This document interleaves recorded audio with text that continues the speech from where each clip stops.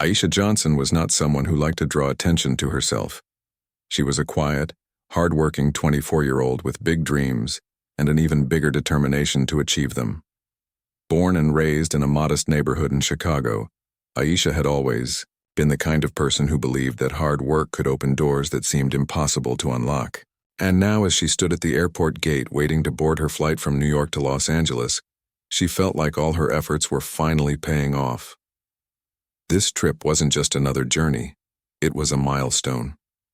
She had landed an internship at one of the top marketing firms in Los Angeles, a once-in-a-lifetime opportunity she had worked tirelessly for.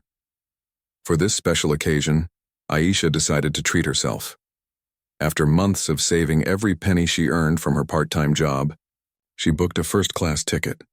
It was her first time flying in such luxury, and though it stretched her budget thin, she felt it was worth it. She wanted to feel confident, to walk into that plane knowing she belonged there, just like anyone else. So on the morning of her flight, she dressed carefully, a tailored navy blue blazer over a crisp white shirt paired with black slacks and polished loafers.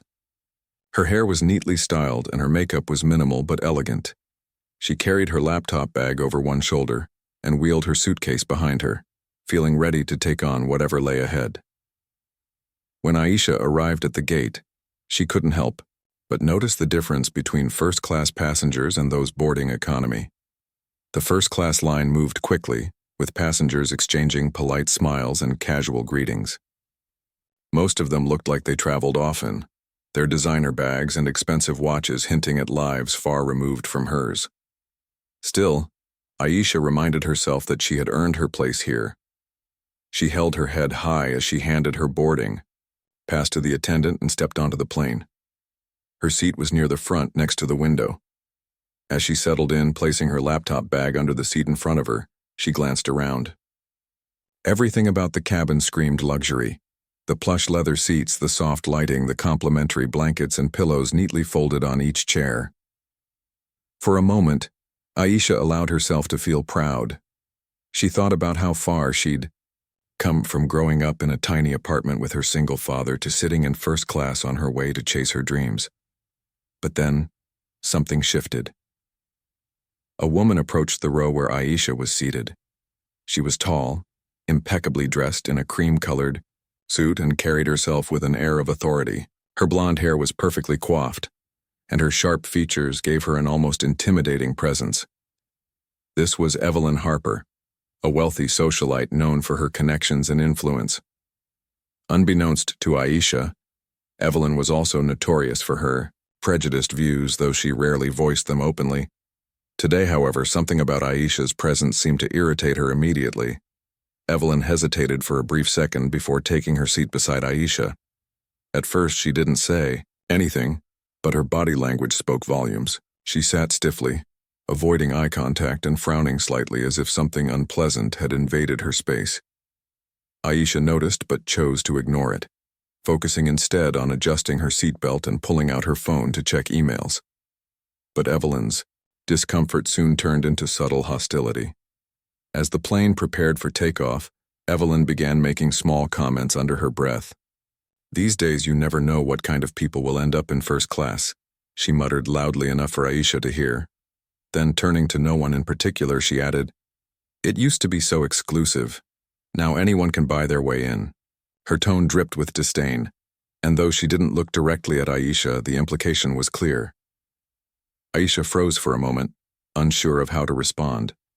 Part of her wanted to confront Evelyn right then and there, but another part told her to stay calm. She reminded herself that this was just a short flight, and she didn't need to let someone else's negativity ruin her day. Instead, she opened her laptop and pretended to focus on her work, hoping Evelyn would drop the subject. But Evelyn wasn't done. When the flight attendant came by to offer drinks, Evelyn ordered a glass of champagne with an exaggerated flourish.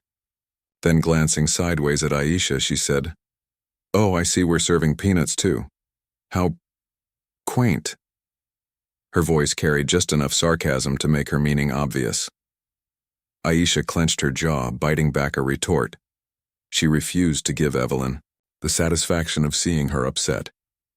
The tension grew thicker with each passing minute. Other passengers nearby started to pick up on the awkwardness, exchanging curious glances. Some seemed sympathetic toward Aisha, while others appeared uncomfortable but unwilling to intervene.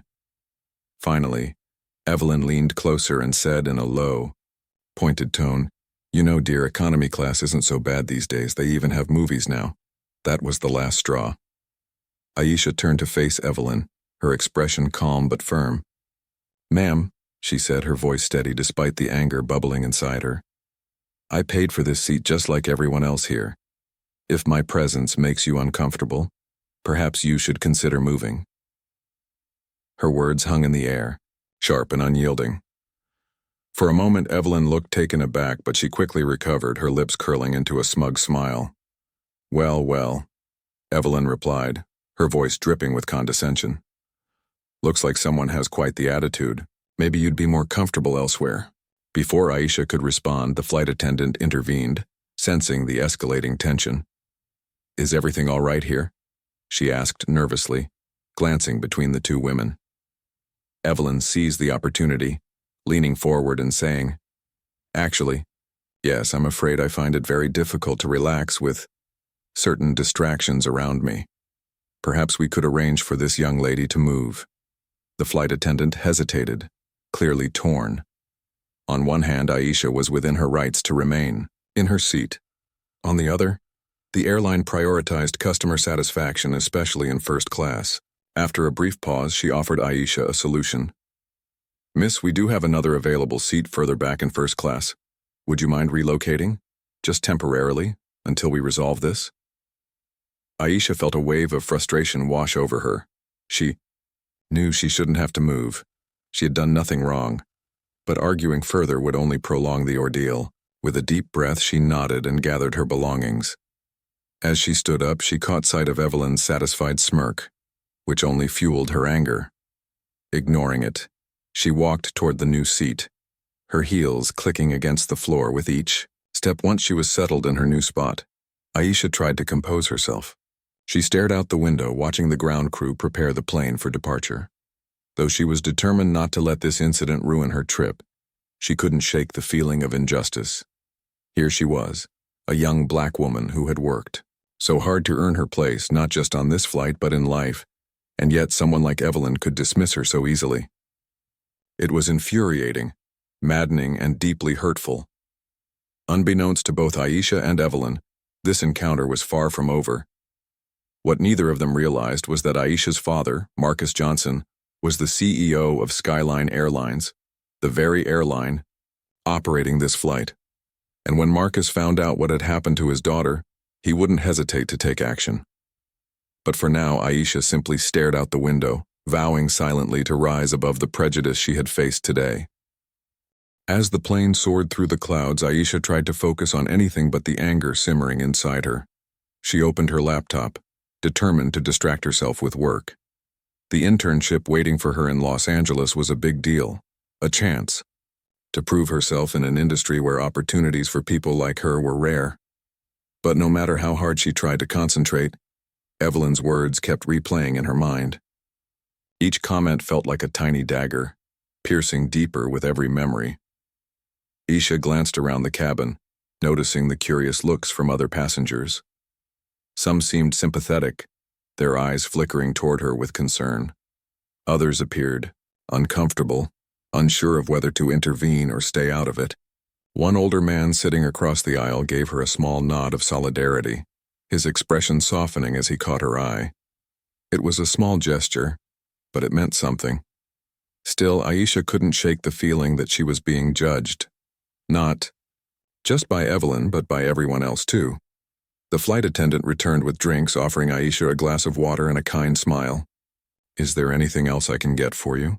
she asked gently, clearly trying to make up for the earlier incident. Aisha shook her head, forcing a polite smile. "No, thank you," she replied softly. Despite the attendant's efforts, Aisha knew this wasn't something a drink or a reassuring word could fix. This was about more than just one rude passenger. It was about the underlying prejudice that had been directed at her simply because of the color of her skin. For the rest of the flight, Aisha buried herself in her work, typing furiously on her laptop. She reviewed notes for her upcoming meeting, rehearsed answers to potential interview questions, and even drafted a few emails she planned to send once she landed. Staying busy helped dull the sting of Evelyn's behavior, but it didn't erase it entirely. Deep down, Aisha felt a mix of emotions: anger, sadness, frustration, and even a little fear. Fear that this wouldn't be the last time she faced discrimination. Fear that no matter how hard she worked or how much she achieved, some people would always see her as less than. When the plane finally touched down in Los Angeles, Aisha was eager to disembark. She grabbed her belongings and joined the queue of passengers exiting the aircraft. As she stepped off the plane, she took a deep breath, savoring the warmth of the California sun streaming through the terminal windows. For a moment, she allowed herself to feel hopeful again. This city represented a fresh start, a chance to build a life filled with possibilities. But as she made her way toward baggage claim, her phone buzzed in her pocket. Pulling it out, she saw a text message from her dad. "Hey, sweetheart. Hope your flight went well. Let me know if you need anything. I'll call my assistant to pick you up." Aisha smiled faintly, appreciating her father's thoughtfulness. Marcus Johnson had always been her rock, working tirelessly to provide for their family after her mom passed away when she was just 12. He'd sacrificed so much to give her a better life, often taking on extra jobs or skipping vacations just to ensure she had everything she needed. Aisha admired him deeply, not just for his dedication but for the values he instilled in her: hard work, resilience, and kindness. But there was something about her dad that Aisha rarely thought about during moments like these. Marcus wasn't just any businessman. He was the CEO of Skyline Airlines, the very company operating the flight she had just endured. Unbeknownst to her, news of the altercation between her and Evelyn had already reached the airline's executive offices. Flight attendants were required to file reports on any incidents involving passenger conflicts, and this one had been flagged due to its discriminatory nature. Within hours of landing, the details of what happened, including Evelyn's racist remarks and the decision to reseat Aisha, had landed on Marcus's desk. Back in Chicago, Marcus sat in his spacious office overlooking the city skyline. His day had started like any other, filled with meetings, phone calls, and endless paperwork. But when his assistant handed him the report about the incident on Flight 417, everything else faded into the background. At first glance, the name of the passenger involved didn't register. But as he read further, the description of the young woman, a black intern traveling to Los Angeles, sent a chill down his spine. Marcus leaned back in his chair, rereading the report several times to make sure he wasn't imagining things. When the realization hit him, his heart sank. This wasn't just any passenger, it was his daughter, his precious Aisha. The thought of someone treating her that way, making her feel unwelcome, belittling her, forcing her to move seats, made his blood boil. He clenched his fists, struggling to contain his rage. How dare anyone disrespect his child? How dare they assume she didn't belong? Marcus picked up his phone and dialed Aisha's number. It rang twice before she answered. "Hey, Dad," she said, her voice light and cheerful. "What's up?" "Hey, baby girl," Marcus began, his tone gentle but laced with concern. "Hope your flight went well. Did everything go smoothly?" There was a brief pause on the other end. Aisha hesitated, unsure of how much to share. Part of her wanted to tell him everything, to let him know how humiliated she had felt, but another part worried about burdening him.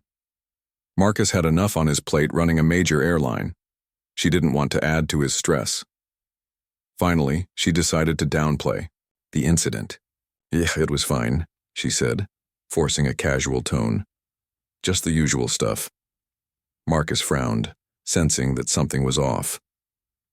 "You sure? You sound different. Is everything okay?" Aisha sighed, knowing she couldn't hide it from him forever. "Well, there was this woman sitting next to me. She was rude, said some things that weren't cool. They moved me to another seat, but honestly, it's not a big deal. I'm fine now.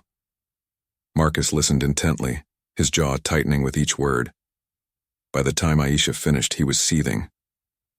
That's not okay, Aisha, he said firmly. No one gets to treat you like that. Not on my airline. Not anywhere. Tell me exactly what happened. Reluctantly, Aisha recounted the entire story, the comments, the stares, the request to move seats. Her voice wavered as she described Evelyn's smug expression and the humiliation of being singled out. Marcus listened without interrupting, his heart breaking for his daughter. When she finished, he spoke with quiet determination. I'm so sorry you had to go through that, sweetheart. But don't worry, this isn't over. No one treats my little girl like that and gets away with it. Aisha hesitated, unsure of what her dad meant. Dad, I don't want you to do anything drastic. I don't want people thinking I'm using my connection to retaliate. Marcus chuckled softly, though there was no humor in it. This isn't about retaliation, baby girl. It's about accountability, about standing up against racism and showing the world that we won't tolerate it. Trust me, I've got this. Later that evening, Marcus called an emergency meeting with his senior management team. He walked into the conference room carrying the incident report, his expression grim. The executives exchanged nervous glances as he took his seat at the head of the table. We have a serious issue, Marcus began, laying the report on the table. One of our passengers, a young black woman, was subjected to blatant discrimination on one of our flights today. Not only did another passenger harass her, but our staff failed to adequately address the situation. This is unacceptable. The room fell silent as Marcus outlined the steps he intended to take. First, he announced that Evelyn Harper would be permanently banned from flying with Skyline Airlines. If someone doesn't respect our values, they don't deserve to be our customer, he declared. Next, he ordered mandatory sensitivity training for all employees, emphasizing the importance of recognizing and addressing discrimination. Finally, he instructed the PR team to draft a statement reaffirming the company's commitment to diversity and inclusion. As the meeting wrapped up, Marcus reflected on the weight of his responsibility. Running an airline wasn't just about turning a profit. It was about creating a safe and welcoming environment for everyone. And as a black man who had faced his share of prejudice, he understood the impact of standing up against racism. For Marcus, this wasn't just business, it was personal. Meanwhile, Aisha arrived at her hotel, exhausted but relieved to finally be alone. She unpacked her suitcase, setting up her workspace for the week ahead. Though she still felt raw from the day's events, she reminded herself why she was here. This internship was her chance to shine, to show the world what she was capable of. And if her dad was right, if this incident could spark meaningful change, then maybe it wouldn't be for nothing. As she climbed into bed that night, Aisha checked her phone one last time. There was a text from Marcus. Proud of you, baby girl, keep your head high, we're going to make sure this never happens again. Reading those words, Aisha felt a renewed sense of strength. Tomorrow was a new day, and she was ready to face it head-on. The next morning, Aisha woke up to the golden sunlight streaming through her hotel room window. Los Angeles was already buzzing with energy outside, cars honking, people chatting, and the distant hum of life in a big city. But inside the quiet space of her room, Aisha felt a heaviness she couldn't shake. The events of the previous day lingered in her mind like an unwelcome guest. She had hoped that sleep would wash away the sting of Evelyn's words and the humiliation of being moved from her seat. But instead, it all came rushing back as soon as she opened her eyes. She sat on the edge of the bed for a few minutes, staring at the floor. Her father's promise to handle the situation echoed in her thoughts. While part of her appreciated his support, another part worried about what might happen next. What if this blew up into something bigger than she wanted? What if people judged her for involving her dad, a powerful CEO, in what some might see as a minor incident? Aisha sighed deeply, trying to push those fears aside. She reminded herself that standing up against discrimination wasn't about making excuses or seeking revenge. It was about justice. Still, the weight of it all made her chest feel tight. After showering and getting dressed, Aisha decided to focus on the reason she was in Los Angeles. Her internship. She reviewed her notes one last time before heading out to meet her new team. The marketing firm where she'd be working was located in a sleek high-rise downtown, its glass walls reflecting the bright California sun. As Aisha stepped into the lobby, she felt a flicker of excitement mixed with nervousness. This was her chance to prove herself, to show everyone that she belonged here, just as much as anyone else. Her supervisor, a friendly woman named Rachel, greeted her warmly and gave her a tour of the office. Everyone seemed welcoming, complimenting her resume and expressing enthusiasm about having her on board. For the first time since the flight, Aisha allowed herself to relax a little. Maybe things would turn out okay after all. Meanwhile, back in Chicago, Marcus Johnson was hard at work ensuring that the incident wouldn't go unnoticed. After the emergency meeting with his senior management team, he spent hours reviewing every detail of the report. He read passenger statements, watched security footage from the plane, and even spoke directly with the flight attendants who had witnessed the altercation. Each piece of information only deepened his resolve to hold Evelyn Harper accountable. By mid-morning, Marcus called a press conference to address the situation publicly. News of the incident had already begun circulating online, thanks to social media posts from other passengers on the flight. Hashtags like Stand With Aisha and End Racism in air travel were trending, drawing attention not only to Aisha's experience, but also to similar stories shared by countless others. Marcus knew that this was more than just a personal matter. It was an opportunity to send a message about accountability and change. Standing behind a podium adorned with the Skyline Airlines logo, Marcus faced a room full of reporters. Cameras flashed as he cleared his throat and began speaking. "Good afternoon," he said, his voice steady yet filled with emotion. "Yesterday, my daughter, Aisha Johnson, boarded one of our flights expecting nothing more than a safe and comfortable journey. Instead, she was subjected to blatant racism and discrimination by another passenger. Worse still, our staff failed to adequately protect her." The room fell silent as Marcus continued. "As the CEO of Skyline Airlines, I take full responsibility for what happened. We pride ourselves on being an inclusive airline, one that welcomes passengers from all walks of life. Yesterday we fell short of that commitment, and for that I am deeply sorry." He paused, looking directly into the cameras. "Let me be clear. Racism has no place on our planes, in our airports, or anywhere else. The passenger responsible for this behavior will no longer be allowed to fly with us. Additionally, we are implementing comprehensive sensitivity training for all employees to ensure that incidents like this never happen again." Marcus then shifted gears, speaking directly to Aisha. "To my daughter, and to anyone else who has ever been made to feel unwelcome because of their race, I want you to know that your voice matters, your presence matters, and no amount of prejudice can diminish your worth." The speech ended with thunderous applause. Reporters rushed to ask follow-up questions, but Marcus declined to comment further, leaving the stage with a determined expression. As he walked away, he felt a mix of emotions: pride in taking a stand, sadness over what Aisha had endured, and hope that this moment could spark real change.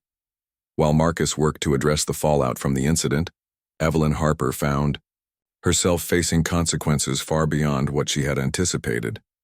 By the time news of her behavior reached the public, her reputation was in shambles. Social media users dug up old posts and photos, exposing her history of prejudiced remarks and elitist attitudes. Friends and acquaintances distanced themselves from her, unwilling to associate with someone whose actions had sparked such outrage. Even her country club revoked her membership, citing concerns about maintaining a positive image. Evelyn tried to defend herself in interviews, claiming that she had simply been joking and that people were overreacting. But her attempts to downplay the situation only fueled the backlash. Memes mocking her circulated widely, and late-night talk show hosts made jokes at her expense. Within days, Evelyn went from being a respected socialite to a pariah, her name synonymous with privilege and prejudice. For Aisha, watching the public reaction unfold was both surreal and empowering. Messages poured in from strangers thanking her for sharing her story and inspiring them to speak out against racism. Some sent heartfelt notes recounting their own experiences, while others offered words of encouragement and solidarity. Aisha saved each message, touched by the outpouring of support. But not everyone reacted positively. A small group of trolls took to social media to criticize Aisha, accusing her of exaggerating the incident or using her father's influence to gain attention. At first, these comments stung, reminding her of the very attitudes she was fighting against. But as the days passed, Aisha realized something important. Their negativity didn't define her. She chose to focus on the overwhelming positivity surrounding her instead. Back at the marketing firm, Aisha threw herself into her work, determined to excel despite everything that had happened. Her colleagues quickly recognized her talent and dedication, praising her creativity and problem-solving skills. During brainstorming sessions, Aisha contributed fresh ideas that impressed even the most seasoned members of the team. It wasn't long before Rachel pulled her aside to express how thrilled they were to have her on board. "You're going to go far, Aisha," Rachel said with a warm smile. "Don't let anyone tell you otherwise." Those words stayed with Aisha long after the conversation ended. They reminded her of why she had fought so hard to get here, to build a career, to make a difference, and to inspire others along the way. That evening, Aisha called her dad. "Hey, Dad," she said, her voice lighter than it had been in days. "I saw your press conference. You did great." Marcus chuckled softly. "Thanks, baby girl. How are you holding up?" "I'm doing okay," Aisha replied. "Work's been good, and I think I'm starting to feel like myself again." "That's my girl," Marcus said proudly. "Remember, no matter what happens, I'm always here for you. We'll get through this together." As they talked, Aisha felt a renewed sense of strength. Yes, the road ahead might still be challenging, but she wasn't alone. With her dad by her side and a growing army of supporters cheering her on, she knew she could face whatever came next. As the days turned into weeks, Aisha found herself settling into a rhythm in Los Angeles. Her internship was proving to be everything she had hoped for, and more. The marketing firm buzzed with creativity, and her colleagues treated her with respect and admiration. Rachel, her supervisor, continued to praise her work ethic and innovative ideas, often pulling her aside to discuss potential projects that could showcase her talents. Aisha felt a sense of belonging, a feeling she hadn't experienced since the flight, and it helped heal some of the wounds Evelyn's words had left behind. Still, the incident refused to fade completely from her mind. Every time she saw a news article or scrolled past a social media post about what had happened, memories of the flight came rushing back. The comment section under these posts was a mixed bag. Some people celebrated her resilience, while others accused her of exaggerating the situation or using her father's influence to gain sympathy.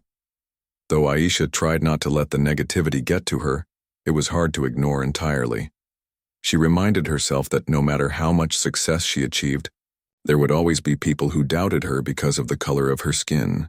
That realization was painful, but it also fueled her determination to keep pushing forward. One evening, after a long day at work, Aisha sat on her hotel room balcony overlooking the city lights. Her phone buzzed repeatedly with notifications, most of them messages from strangers thanking her for sharing her story. Some were heartfelt notes from young women of color who said they looked up to her courage. Others were from parents expressing gratitude for having someone like Aisha as a role model for their children. Each message filled her with a mix of pride and responsibility. She realized that this moment wasn't just about her anymore. It was about inspiring others to stand up against racism and inequality. Aisha picked up her laptop and opened a blank document. For weeks, she had been thinking about starting a blog, a place where she could share her thoughts on race, privilege, and perseverance. Now, sitting under the glow of the Los Angeles skyline, she decided it was time to take action. Her fingers hovered over the keyboard for a moment before she began typing. "Hi, I'm Aisha. You may have heard about my recent experience on a flight where I was discriminated against because of my race. While it was one of the most humiliating moments of my life, it also taught me something important. Silence is not an option. Racism thrives when we stay quiet. It survives when we convince ourselves that speaking out isn't worth the trouble. But I've learned that every voice matters, including yours. By the time she finished writing, tears streamed down her face. Not from sadness, but from a newfound sense of purpose. This blog would be her way of turning pain into power. It would be a platform to amplify marginalized voices and challenge systemic inequalities. And maybe, just maybe, it would inspire others to find strength in their own struggles. Meanwhile, Marcus Johnson continued his efforts to ensure that Skyline Airlines became a leader in promoting diversity and inclusion. Following the press conference, he launched a series of initiatives aimed at fostering a culture of empathy and understanding within the company. Flight attendants and ground staff underwent mandatory sensitivity training sessions designed to help them recognize and address discriminatory behavior. Marcus personally reviewed the curriculum, ensuring that it included real-world scenarios and actionable steps employees could take to support affected passengers. In addition to internal reforms, Marcus partnered with organizations dedicated to fighting racial injustice. He pledged a portion of Skyline Airlines' profits to fund scholarships for underrepresented students, pursuing careers in aviation and hospitality. He also established a hotline where passengers could report incidents of discrimination anonymously, promising swift investigations and accountability for those involved. The response to these changes was overwhelmingly positive. Customers praised Skyline Airlines for taking meaningful action, and many vowed to remain loyal to the brand. Industry experts hailed Marcus as a trailblazer, noting that his leadership set a new standard for corporate responsibility. Even competitors began adopting similar measures, signaling a shift toward greater inclusivity across the airline industry. But despite the accolades, Marcus remained humble. In interviews, he consistently redirected attention to the broader issue of racism, urging other companies to follow suit. "This isn't about me," he often said. "It's about creating a world where everyone feels safe and valued, regardless of their race or background. If we can start by making our planes a reflection of that ideal, then we're on the right track." For Evelyn Harper, life had taken a drastic turn. Once a fixture in high society, she now found herself ostracized and ridiculed. Invitations to galas and charity events stopped coming, and her name became synonymous with prejudice. Friends she had known for decades turned their backs on her, embarrassed by her actions and unwilling to associate with someone whose behavior had caused such widespread outrage. Even her family distanced themselves, unable to reconcile the woman they knew with the public figure vilified in the media. Evelyn tried to rebuild her reputation, issuing carefully worded apologies and claiming she had learned from her mistakes. But her attempts fell flat, dismissed as insincere by those who had followed the story closely. Social media users mocked her efforts, creating memes that portrayed her as clueless and entitled. Late-night comedians delivered biting monologues about her downfall, further cementing her status as a cautionary tale. Stripped of her social standing and facing mounting criticism, Evelyn retreated from public life. She sold her luxury penthouse and moved to a quieter neighborhood, hoping to escape the scrutiny. Yet even in solitude, reminders of her misdeeds followed her everywhere. News outlets occasionally revisited the story, highlighting the lasting impact of her behavior on discussions about racism and privilege. To the public, Evelyn served as a stark example of the consequences of unchecked prejudice. Back in Los Angeles, Aisha's blog quickly gained traction. Within days of publishing her first post, thousands of readers visited the site, leaving comments and sharing their own experiences. Encouraged by the response, Aisha continued writing, tackling topics ranging from microaggressions in the workplace to the importance of allyship. Each article resonated deeply with her audience, sparking conversations that extended far beyond the digital space. Her growing online presence caught the attention of local media outlets, which invited her to speak about her journey. At first, Aisha hesitated, unsure if she was ready to step into the spotlight. But after consulting with her dad, she agreed to give it a try.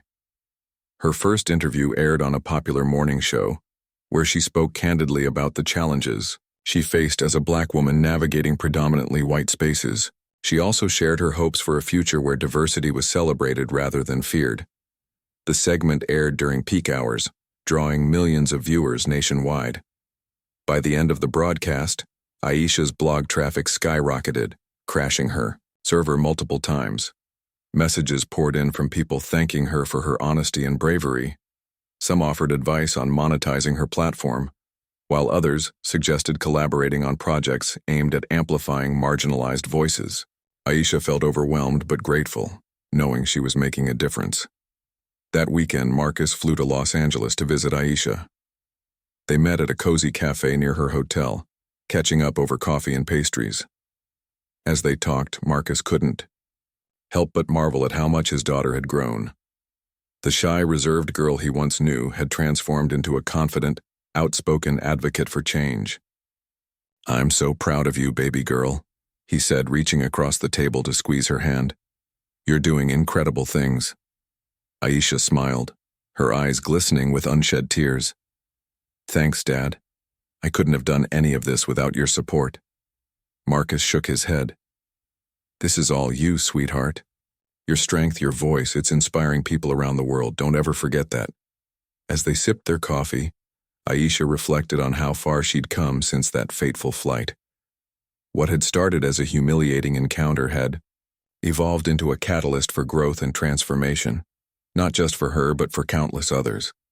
She realized that while racism might never disappear completely, moments like these gave her hope. Hope that together, they could build a brighter, more inclusive future. And as father and daughter walked through the bustling streets of Los Angeles, hand in hand, they both knew they were ready to keep fighting for justice, for equality, and for a world where everyone truly belonged. The momentum Aisha gained from her growing platform was undeniable.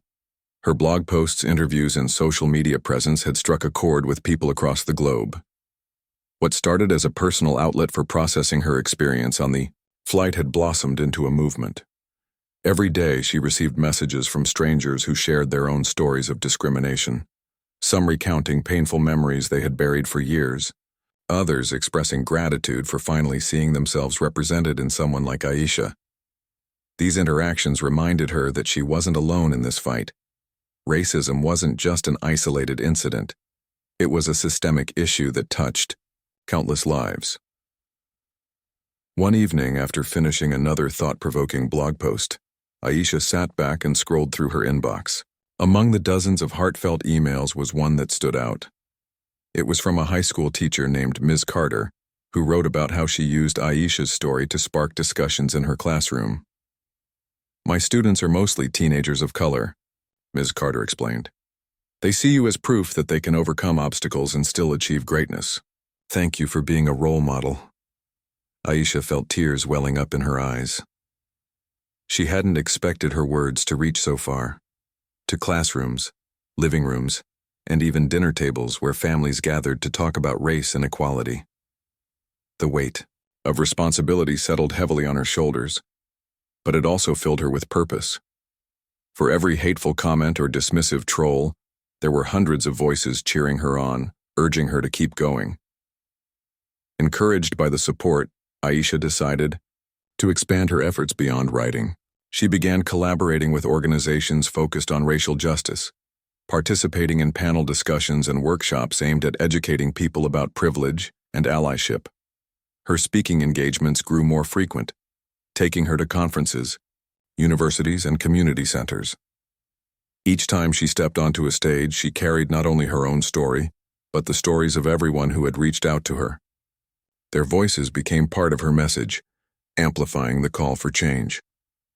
At one such event, a diversity summit hosted by a major tech company, Aisha delivered a speech that left the audience in stunned silence.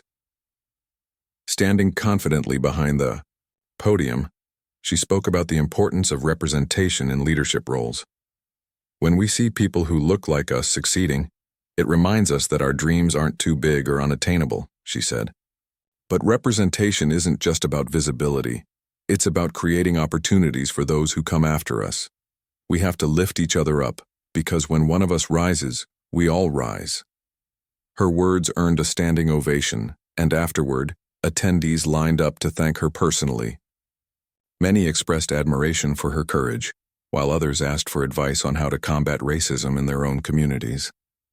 Aisha listened intently, offering guidance whenever she could. She realized that her journey wasn't just about sharing her pain, it was about empowering others to take action. Meanwhile, Marcus Johnson continued to lead Skyline Airlines with a renewed sense of mission. The initiatives he launched following the incident on Flight 417 had transformed the company's culture, earning it recognition as one of the most inclusive airlines in the industry. Employees underwent regular training sessions designed to promote empathy and understanding, and passengers praised the staff for their attentiveness and professionalism. Complaints related to discrimination plummeted, and customer satisfaction ratings soared. Marcus didn't stop there. Determined to make a lasting impact, he expanded Skyline Airlines' partnerships with grassroots organizations working to dismantle systemic racism. Together, they developed programs aimed at increasing access to education and employment opportunities for marginalized communities. One initiative, called Wings of Opportunity, provided scholarships and mentorship to young people interested in careers in aviation. Another program offered free flights to activists traveling to protest or advocacy events. The changes resonated deeply with employees and customers alike. Flight attendants reported feeling more empowered to intervene in situations involving discriminatory behavior, knowing they had the full support of management. Passengers, especially those from underrepresented backgrounds, felt safer and more valued on Skyline flights. Marcus often walked through terminals, greeting travelers and asking for feedback. His hands-on approach endeared him to employees and passengers, solidifying his reputation as a compassionate leader. Despite the success, Marcus remained vigilant. He knew that progress was fragile and required constant effort. In meetings with his senior team, he emphasized the importance of staying committed to their values. "We can't let this become a trend," he told them. "This has to be who we are, always. If we ever lose sight of that, we've failed." For Evelyn Harper, life had become a shadow of what it once was. Once a prominent figure in elite circles, she now lived in near isolation, shunned by former friends and acquaintances. The media occasionally revisited her story, using her downfall as a cautionary tale about the dangers of unchecked prejudice. Late-night comedians still cracked jokes at her expense, and memes mocking her circulated online long after the initial scandal faded from headlines. Evelyn tried to rebuild her life, volunteering at local charities and attending therapy sessions, in hopes of addressing the biases that had shaped her worldview. But no matter how hard she worked to redeem herself, the damage was done. People remembered her not for her philanthropy or contributions to society, but for the moment she exposed the ugliness of racism hidden beneath a polished exterior. In rare moments of reflection, Evelyn wondered if she could have handled things differently.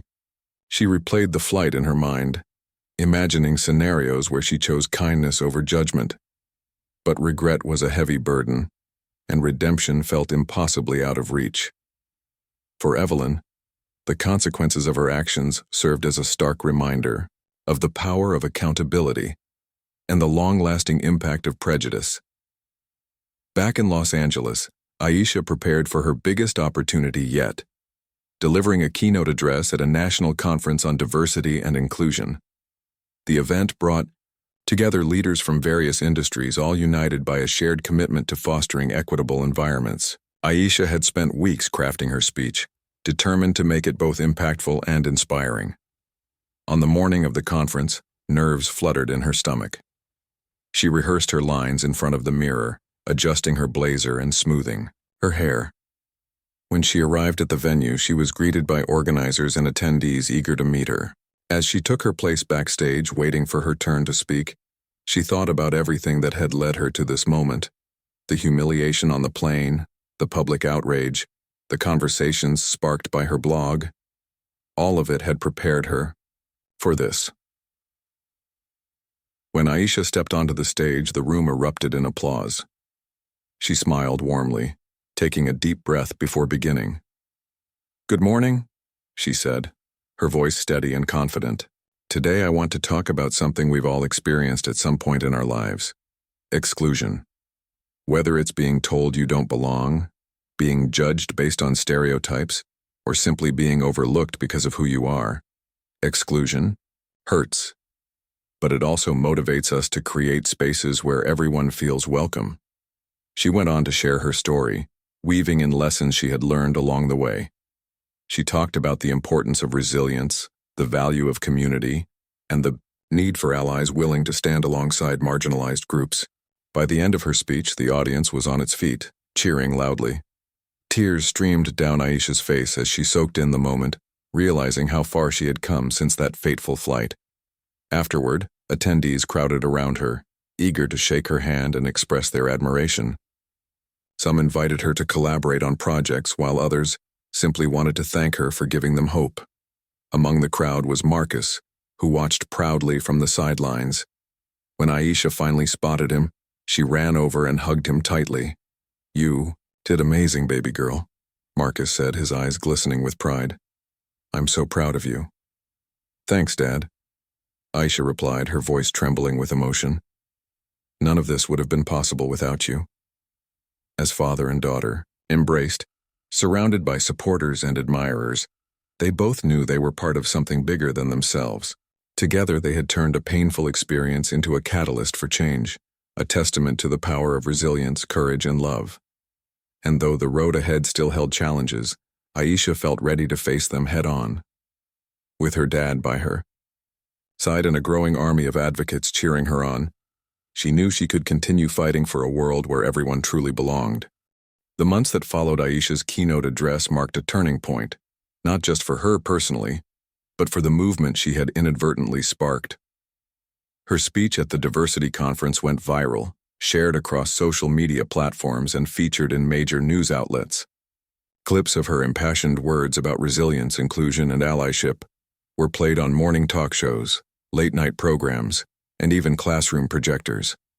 People from all walks of life began quoting her, using her message as a rallying cry to challenge prejudice and inequality wherever they saw it.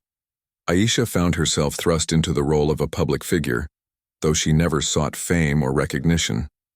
She continued writing blog posts, delivering speeches, and collaborating with organizations dedicated to racial justice. But more than anything, she focused on amplifying the voices of others, whether it was hosting online panels featuring activists from marginalized communities or mentoring young women of color pursuing careers in male-dominated fields. Aisha made sure her platform wasn't just about her. It was about everyone who had ever felt unseen or unheard. One day, while scrolling through her email, Aisha came across a message from an unlikely source, Evelyn Harper. The subject line read simply, "I'm sorry." Curious and cautious, Aisha opened the email. In it, Evelyn wrote, "Dear Aisha, I don't expect you to forgive me, and I understand if you choose not to respond. But I need to say this. I am deeply sorry for what I did to you on that flight. My actions were cruel and unjustified, and I have spent every day since regretting them. You didn't deserve to be treated the way I treated you, and no amount of explanation can justify my behavior. Since then, I've tried to educate myself about racism and privilege. It hasn't been easy. I've had to confront parts of myself that I wish weren't true. But your courage has inspired me to do better. I hope one day I can prove that people are capable of change, even when they've made terrible mistakes. Sincerely, Evelyn." Aisha stared at the screen, her emotions swirling. Part of her wanted to dismiss the apology outright. After all, Evelyn's words hadn't undone the harm she caused. But another part of her recognized the sincerity in the letter. Forgiveness didn't mean forgetting. It meant acknowledging growth and allowing space for redemption. After much thought, Aisha decided to reply, "Dear Evelyn, thank you for reaching out and for taking responsibility for your actions. Apologies aren't easy, and I appreciate your willingness to reflect on what happened. While I can't erase the pain your words caused, I believe in the possibility of change, for you and for others like you. If you're serious about doing better, I encourage you to continue learning and listening. Seek out perspectives different from your own, and use your privilege to uplift those who have been marginalized. Change starts with small steps, and I hope you'll keep moving forward. Sincerely, Aisha. Meanwhile, Marcus Johnson solidified, his legacy as a leader committed to justice and equality. Under his guidance, Skyline Airlines became a model for other companies striving to create inclusive environments. The airline's initiatives, ranging from sensitivity training programs to partnerships with advocacy groups, earned widespread acclaim. Industry leaders often cited Marcus's leadership as proof that businesses could prioritize both profit and purpose. But Marcus knew that real change required more than policy updates or PR campaigns. It demanded accountability and consistency. He frequently reminded his team that their work wasn't done until every passenger felt safe and valued on their flights. "We're not just running an airline," he told them during a company-wide meeting. "We're building a community, one where respect and dignity are non-negotiable." Marcus also expanded his efforts beyond the airline industry. He joined boards of directors for organizations fighting systemic racism, using his influence to advocate for policy changes at the national level. His speeches at conferences and universities emphasized the importance of intersectionality, the idea that discrimination affects people differently based on overlapping identities like race, gender, and socioeconomic status. By addressing these complexities, Marcus hoped to inspire broader conversations about equity and inclusion. Despite his success, Marcus remained grounded. He often credited Aisha for inspiring him to take a stand. "She's the reason I fight so hard," he said during an interview. "Seeing my daughter face racism firsthand reminded me why this work matters. If we can protect even one person from experiencing what she went through, it's worth it." As for Evelyn, her apology marked the beginning of a long journey toward redemption. Though many doubted her sincerity, she quietly dedicated herself to making amends. She volunteered at shelters serving underprivileged communities, attended workshops on anti-racism, and donated generously to causes supporting marginalized groups. While some dismissed her efforts as performative, others acknowledged her willingness to confront her biases and grow. Over time, Evelyn began rebuilding her relationships, starting with her family. Her children, who had initially distanced themselves from her, slowly reconnected, encouraging her to stay committed to her new path. Though she would likely never regain her former status, Evelyn found solace in knowing she was working towards something meaningful. For Aisha, life moved forward with a renewed sense of purpose. Her internship at the marketing firm concluded successfully, earning her glowing recommendations and opening doors to exciting career opportunities. She accepted a full-time position with the company, where she continued to champion diversity and inclusion within the workplace. Her colleagues admired her dedication, often turning to her for advice on creating equitable environments. Outside of work, Aisha's advocacy grew stronger. She published a book titled Rising Above: Stories of Resilience and Hope, which combined her personal experiences with essays from other activists and thought leaders. The book became a bestseller, praised for its raw honesty and actionable insights. Readers described it as a guidebook for navigating adversity and fostering allyship. In interviews promoting the book, Aisha consistently redirected attention to the larger mission. "This isn't about me," she said during one appearance. "It's about all of us coming together to create a world where everyone feels seen, heard, and valued. Racism won't disappear overnight, but if we keep pushing for change, we'll get there." Her message resonated globally, leading to invitations to speak at international forums and summits. From London to Lagos, audiences listened intently as Aisha shared her vision for a brighter future, one built on empathy, understanding, and collective action. On a warm summer evening, Aisha stood on stage at a human rights gala, accepting an award for her contributions to racial justice. Dressed in a sleek black gown, she gazed out at the crowd, feeling overwhelmed by gratitude. Beside her sat Marcus, beaming with pride as the audience erupted in applause. "Thank you all for this incredible honor," Aisha began, her voice steady despite the emotion swelling inside her. "When I boarded that flight months ago, I never imagined my story would lead me here. But looking back, I realized that sometimes the hardest moments in life prepare us for our greatest purposes." She paused, scanning scanning the room filled with faces from diverse backgrounds. What happened to me wasn't unique. Every day people of color face discrimination in ways large and small, but we're not alone.